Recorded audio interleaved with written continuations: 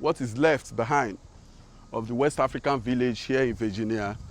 You know, they even painted it white. What are we going to tell our next generation? Look, look, this is where they pack the firewood and all that.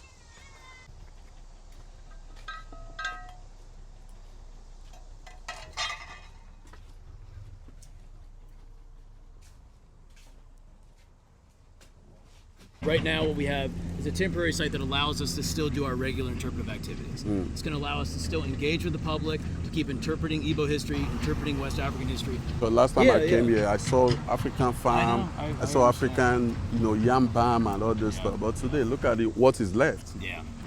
This is really disappointing. I feel like there's deliberate act, to destroy, black-owned history or something.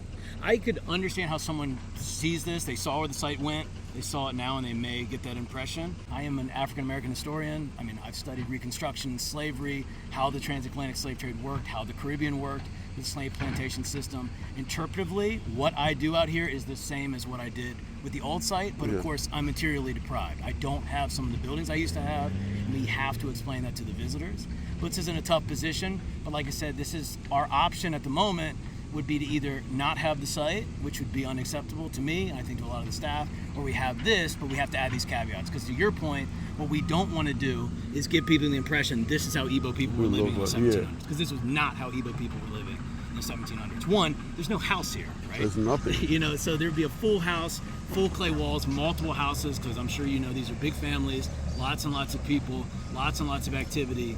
So what we have now, just to make it functional, is just this outdoor kitchen, so we can still do food waste programming in this pavilion space, so we can still bring people in, entertain them, teach them about the instruments, teach them about the musical traditions, that kind of stuff. Right? So I'm really, really disappointed. I'm not going to lie, to come to meet here like this and all this stuff.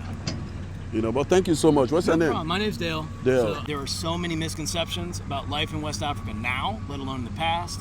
So many misconceptions about African American history, and a site like this has to do a lot of heavy lifting to make sure that we can dispel push different narratives. 100%. That's why, I'm a banjo player. There's a banjo over there. Oh, you know how to play it? Yeah. Yeah, can you show us something? Yeah.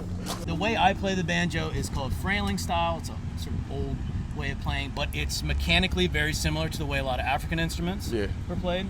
So let's do an easy song because the pressure's on.